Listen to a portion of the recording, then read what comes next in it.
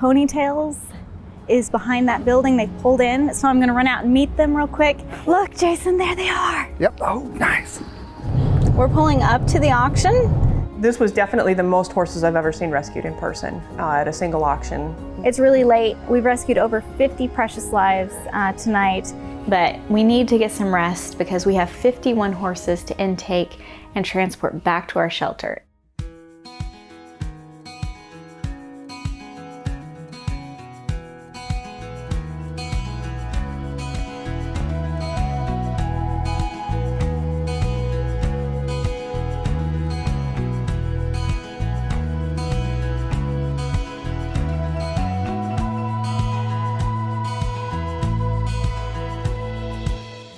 When we come to auctions, this is our auction intake team for processing here at the auctions.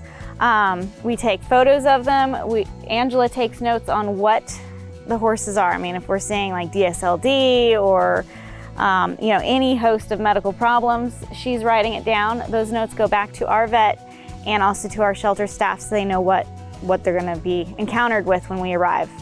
We give any horse that's showing any signs of discomfort butyless paste.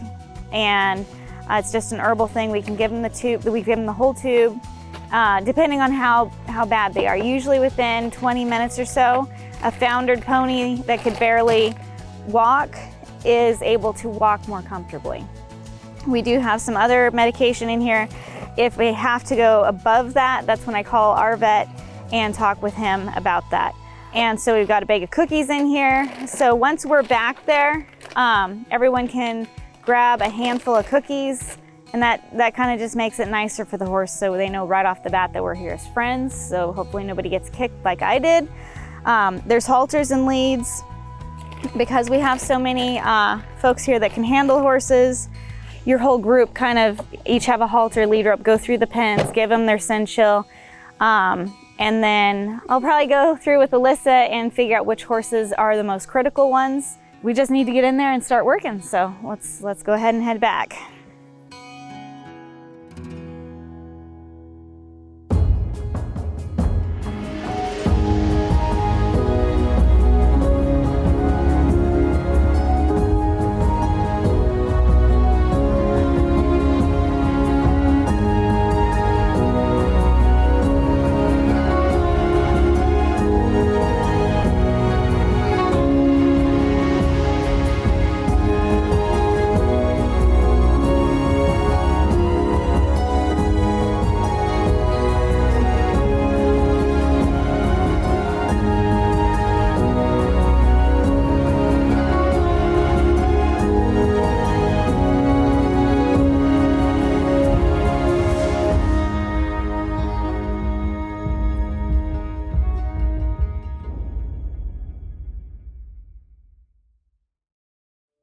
Now that we're done with the staff meeting, it's time to start the auction assessment.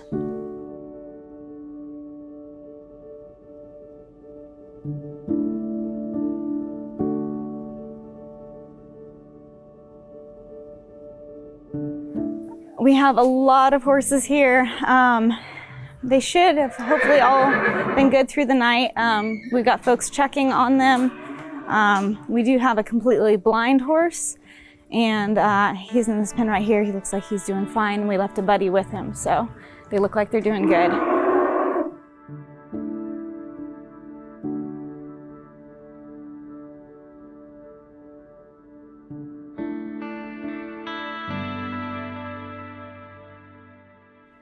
All the horses are doing well, and now it's time to get set up for all the intake process and get the horse handlers ready.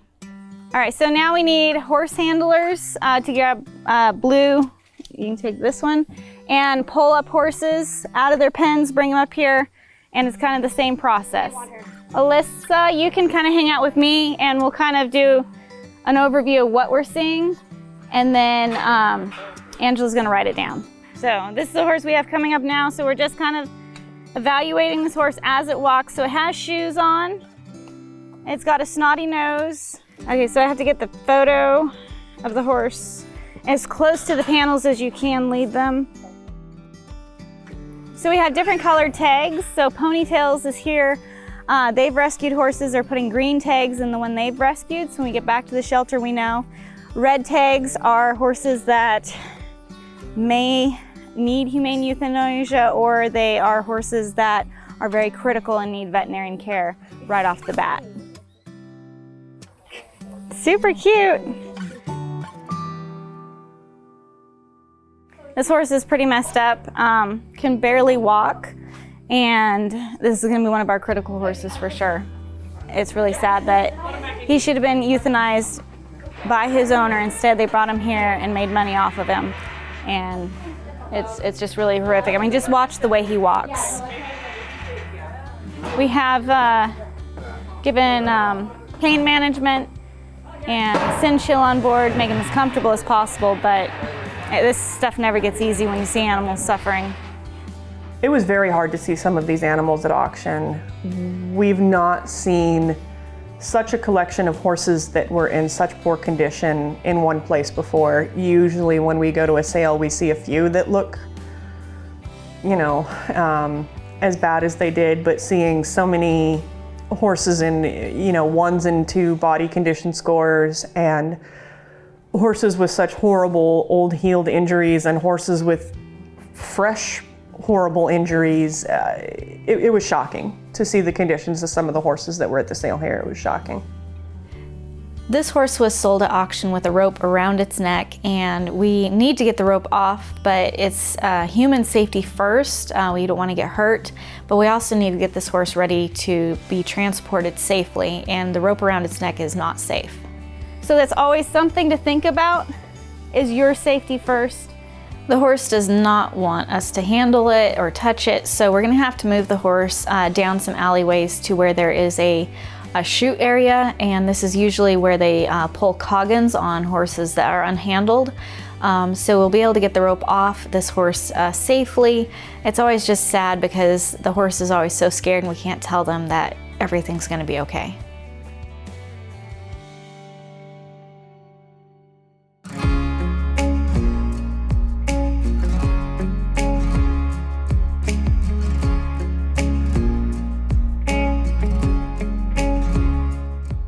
This pony's hooves are very long. It comes from years of neglect of an owner just not having the farrier trim the hooves. We see all kinds of horses at auctions with chronic problems, injuries, old injuries, new injuries. It's just really sad. So this horse has been through multiple auctions. It also has a huge scrape all the way up the side of his body. It looks pretty new. Yeah. And on its neck, it's got a really bad, yeah, that's what you were talking about, wasn't it? The neck injury.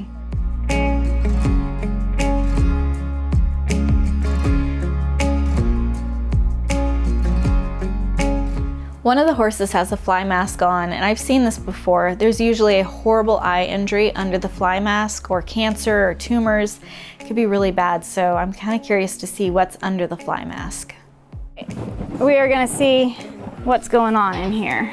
It's not gonna be pretty. I can see it kind of through the fly mask. Ugh, that smells so bad. So her eye is in there. This horse's eye is so bad, it could be a cancer. Definitely really, really sad that this horse has gone this long with that. So sadly, this horse has been like this for quite some time, and we're gonna get back to the shelter and do a further examination to determine, you know, what the best options are. When it's super hot in Tennessee, you just gotta cool down somehow, so. So that should be all the horses, right? 5. 5 what? 5, miss, we don't have 5 horses. There's 5 more somewhere. 5 more somewhere? Somewhere, yep. It's quite common at auctions that auction tags come off of horses, and that makes them really hard to figure out exactly who they are. But so far, we've always been able to figure it out.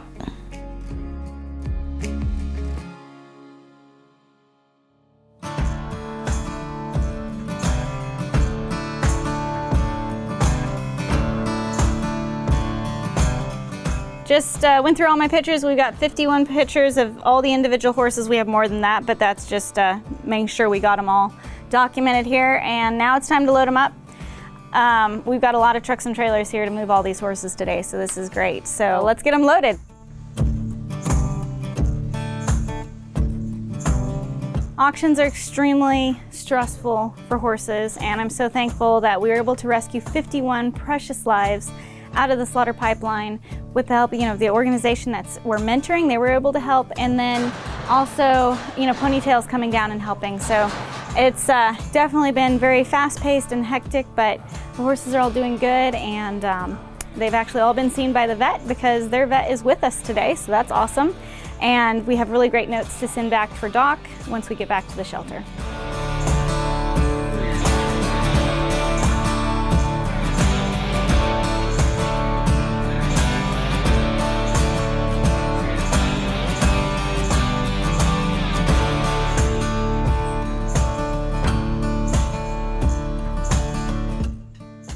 51 horses loaded up and ready to head back to our shelter. It's really amazing seeing, we have two different organizations working here together. One we've already mentored and one we're currently mentoring. And in the horse rescue world, a lot of organizations can't get along at all. So it is great to have, these two organizations here working together and with our organization. And it's something that needs to happen a lot more. We need to put our differences aside and come together for the horses. And that's what we saw here today. So we got to get these guys back to the shelter, and it's going to be very busy when we get back there.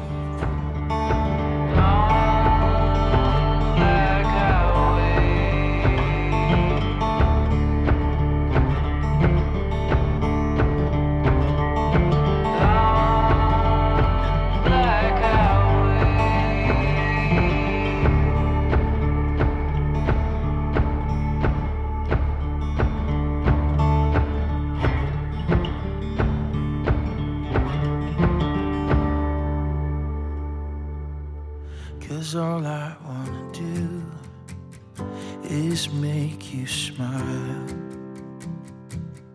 When darkness still ensues, I wanna be a light. Whatever we go through, I'll make it worth your while. Cause every minute, every hour, every day, I wanna make you smile. Every minute, every hour, every day, I want to make you smile. Last night we rescued 51 horses out of the slaughter pipeline with the help of Ponytails, Refuge and Rehab, and now we've got them all back at our facility and intake has begun. There were horses that arrived here before us with one trailer that headed out, and now all the trailers are here, so all the horses are here, and Doc is going through and evaluating them. Yes, all 5 trailers made it safely, and nobody had any troubles. There was a little talk of, with the heat, that some of the trucks' thermostat was starting to get a little warm, but everybody made it safely. The horses are all unloaded, and we're starting the triage and the intake process. So we have a smooth running team here that knows what they're supposed to be doing, but we have 2 organizations here.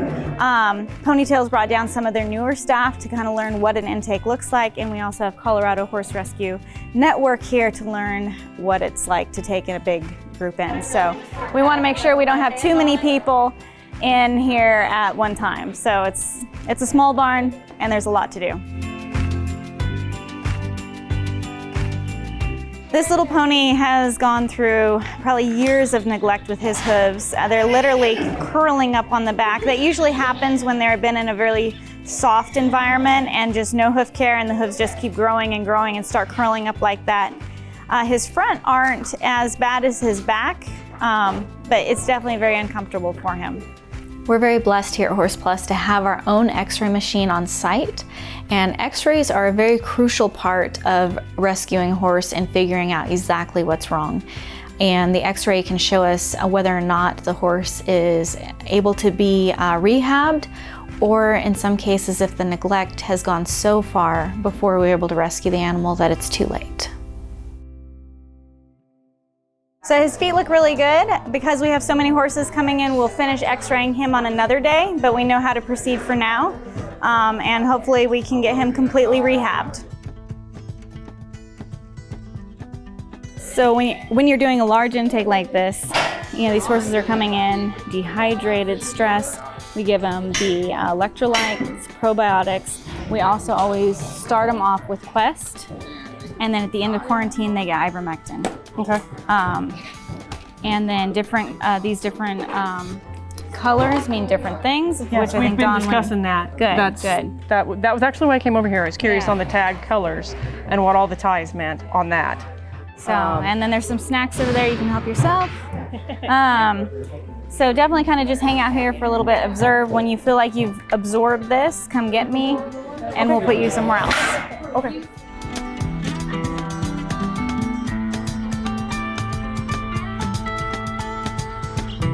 I can tell Carrie's really learning a lot through this whole process. She's asking a lot of great questions on camera and off camera. There's just so much going on today, but you can hear about, a huge intake of horses, but to be here hands-on, I know she's really absorbing a lot of information that she can take back to her own organization. Checking x-rays right now. It's not looking good. This horse can't even walk with its hind legs, so it's a really sad situation. We think he's got a ruptured extensor tendon because we looked at the x-ray and we're going, no, there's not enough damage to that bone, but he can't extend his foot. So I'd rather have a broken bone than a ruptured tendon because they just sort of flop in the wind. And he's about 30 years old, and it's very difficult for him. And sadly, the last act of kindness will be the kindest option for him. And we knew that when we rescued, over 50 horses, there were going to be a lot of euthanasia cases because we were rescuing every horse we could, regardless if they need euthanasia or not.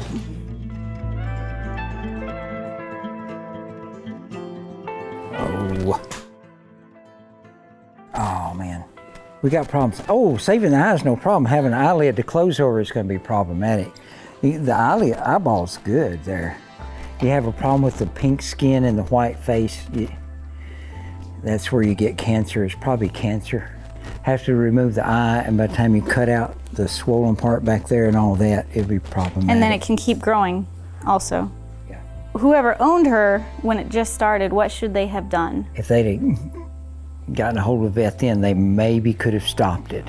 And even, if they'd waited and watched it grow some, they could have maybe stopped it by taking out the eye and cutting that out. But now, it could even be in the bone. Squamous cell and eye cancer is pretty aggressive. Well, I wish we could have gotten to her sooner. When rescuing animals, sometimes you have to make hard decisions, and it's always really important to remember that you're stepping into the shoes of somebody who walked away from this animal. And it's always a very difficult thing, but what's really just devastating for horses that are in the slaughter pipeline is they can be, a horse that needs euthanasia, they're suffering, and a kill buyer can purchase them and they'll suffer all the way down to the slaughterhouse where they're brutally killed. And so here at Horse Plus Humane Society, we've taken the stance that it is better to rescue a horse that we're not sure if it's going to make it or not, bring it back to our shelter if it's able to travel, and make that difficult decision after a veterinarian has examined the animal and determined what the best option is.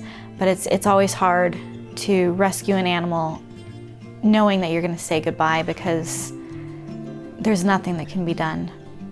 I gotta say my biggest surprise is that I was in complete agreement with everything that was given the last act of kindness. I was in complete agreement on how the horses were sorted, and that was actually very surprising to me because sometimes I feel that we give some chances to some horses that might not have the best odds, but to see those horses get those same kind of chances here, especially when and I've said this several times on camera, I feel bad that I have listened to as many of the trolls and the rumors and the things like that I have, because when you actually show up here and you see the types of horses that they're adopting out and you're seeing the horses that they really are working with and saving, and the horses that they say, let's give this horse a chance. It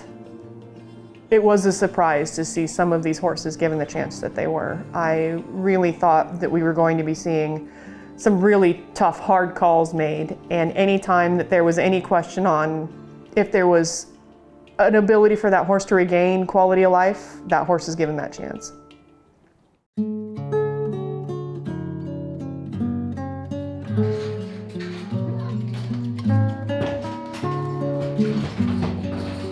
That is the biggest horse we've ever had on our scales. I didn't even know if he would fit in here, but he fit and he is huge. 1,700 pounds. That's a big horse.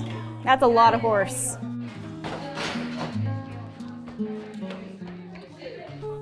Draft horses in the slaughter pipeline is something that really makes me sad, because usually we don't see draft horses that are perfectly healthy and adoptable at auctions. There's usually something wrong with them, and that is why they were taken to the auction. And you know, in this draft horse's case, he's got some skin issues. We're hoping we can clear it up, but a lot of times there's underlying issues, and that's why draft horses go to auctions. And the kill buyers are always really excited to purchase a big draft horse because they know they can make a lot of money on that horse at the slaughterhouse. So it was really great to be back down here again for the auction intake process. We were here a couple years ago when we were doing our mentorship, but since then we have a lot of new people on board. And trying to explain how this happens is very difficult to do. So it was really great to bring some of our new team members down here so they can witness it firsthand. And everyone can get a chance to talk to everyone a little bit. And hopefully ours will run a little smoother now. And yeah, it's just great to be back down here. I just want to walk Carrie through a step-by-step what the intake process is like for each horse coming through our facility, just so she can really grasp it all. I'd like you to kind of follow a horse through the entire intake process so you can kind of take that horse from the journey in here out to its pen. So right now, this horse is 971. This horse is 971.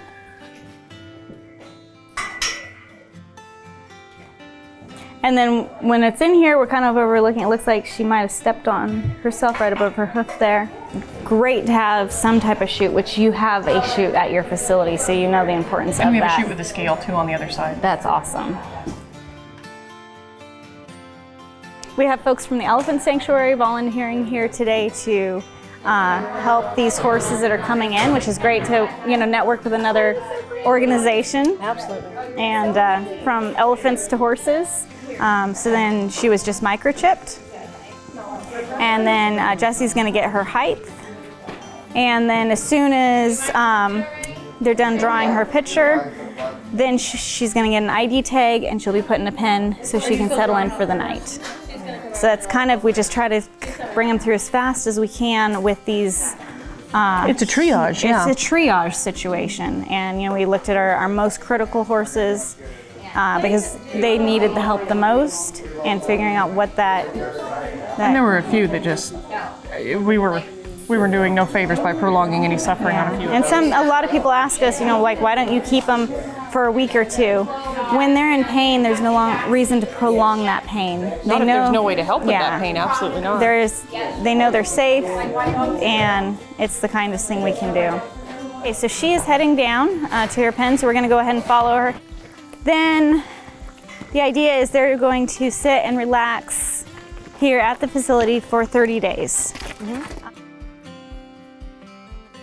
So every single horse that's gone through the process of intake that is able to have quarantine, they're coming out here to a beautiful pasture where they can really just rest and relax and learn to be a horse again. Because after being through that much stress, they need a vacation. Oh, absolutely. This seems like a nice way for them to unwind so that you can really get to know the real horse. Mm-hmm. Making snap judgments based on meeting a horse and knowing it for a few hours, sure. Yeah. Doesn't feel fair to them. No. I know I'm pretty groggy after traveling for a full day. I know, after an auction rescue, I'm exhausted. So, it's just so nice to see that. I mean, a few hours ago, these horses were sitting in an auction. There was so much fear in their eyes, and now they're out grazing, they're relaxed, they're happy.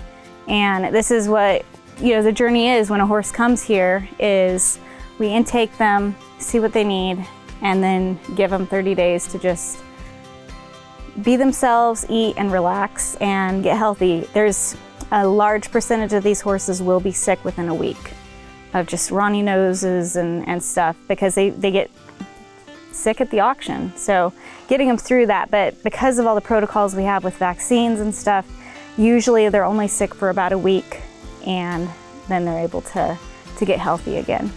Well, let's get some rest and we'll continue the mentoring Sounds good. tomorrow.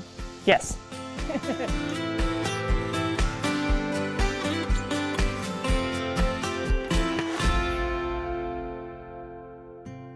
The mentoring aspect is so important, and full circle of life horse shelter, helping every horse that is in need, is something that's so crucially needed across the United States. And Colorado Horse Rescue Network, with their team here, I can tell they're really learning a lot, and I'm going to be excited to see how they put this into place at their own organization. It was a little shocking to see the sale barn out here. And how you can walk from pen to pen and see the same injuries, the same skinny horses that in such a lush environment I was not expecting. I was fortunate enough to meet the owner at the auction, and he was a wonderful person and seemed to be fully in support of the things that Tawny and Jason do and of the the mission of Horse Plus, and that was great to see. But the sale barn itself, I don't know, it's an odd feeling to walk into a place like that where so many of the horses are in poor condition, and there's kind of a dark feeling when you walk into a place like that. It was very eye-opening how well everything can be managed. It was an impressive thing to see how they handle auction intakes. When you're talking about 50 plus horses and you're trying to get as much information as possible and you're trying to get it back to the people who are waiting on you so that they know that they've got everything ready to go and that they're prepared for what's arriving. It was really run very smoothly. Moving forward, all the knowledge and everything that we got today, I believe about 95% of that we are going to be able to implement. Just coming out of my last round of chemo, I gotta say this has been one of the more tiring weeks that I've had in recent memory. Every night I've gone to bed exhausted, but feeling very positive about how things went that day. When we were mentoring ponytails, Cindy had, she was recovered from cancer, and here we are mentoring Colorado Horse Rescue Network, and Carrie's in the middle of it, and it's something that I can't, I've never been there, but I know Cindy has, and I'm hoping she can give Carrie some words of encouragement. There's nothing I can say because it's not anything that I have been in. For where both of you have your journeys going through that, I think you're stronger on the other side. I can say one of my biggest fears is that it's going to come back.